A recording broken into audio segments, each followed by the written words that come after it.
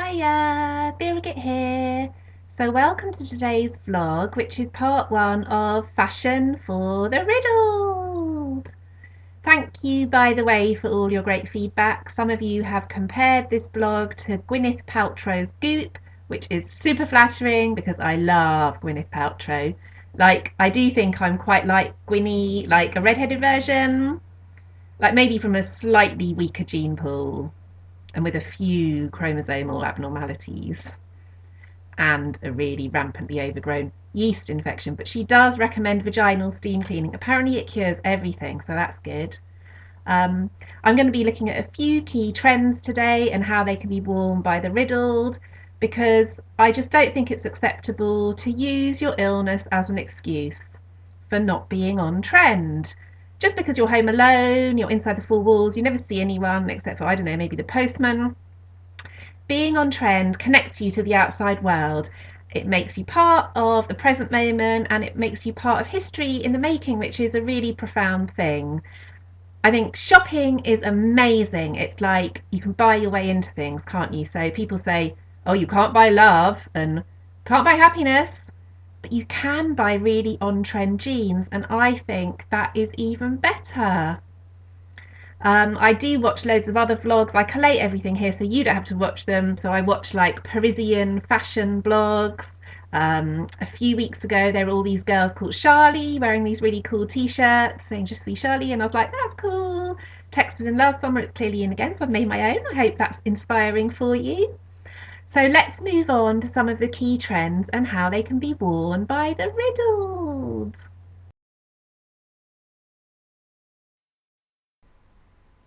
So grey marl, you can't even call it a trend anymore. It's just ubiquitous for everyone.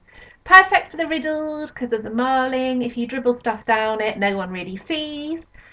When I used to work in special needs day centres in the late 90s, all the clients were dressed in grey marl, trackies and t-shirts. It was the look. I didn't really go for it then.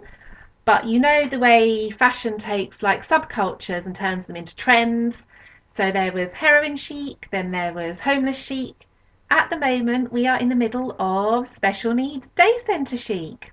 Think about it. The grey marl, then there's all the chunky soled shoes. They're lift shoes. There's the blankets that have been in.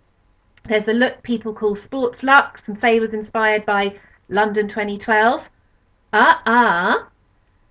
Right? You're sat in a wheelchair all day, you don't have much muscle tone, you're moved into a chair, say, to do a bit of arts and crafts max, you need elasticated waists. You're on high dose of medication and you perspire a lot, you need sports fabrics that wick away the sweat. So there you go. That's what we're in. And Anna Wintour, I named it first, just so you know. This is a grey marl jersey top from Whistles, super luxe and great for layering.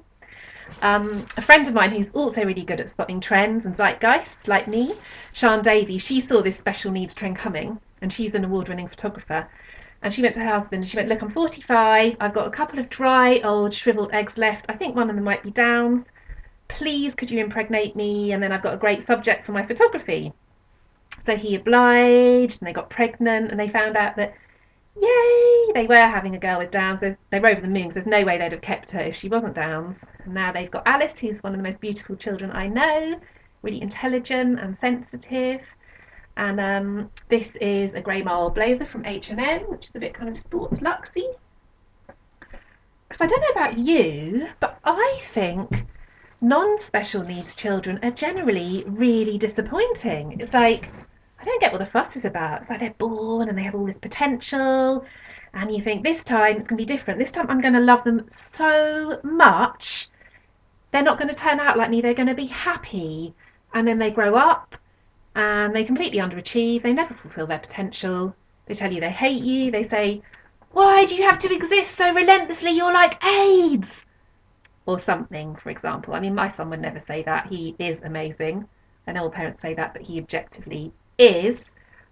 This is a grey marl cardigan from COS, super kind of luxe loungeweary. Whereas if you have a Downs baby, they're often more affectionate as children. If you don't let them be independent, they might never leave you and you'll always get cuddles. And I think people should start terminating non-Downs children, because if you think the special needs trend is going to stay in for a long time yet, having a Downs child is going to be the ultimate statement piece.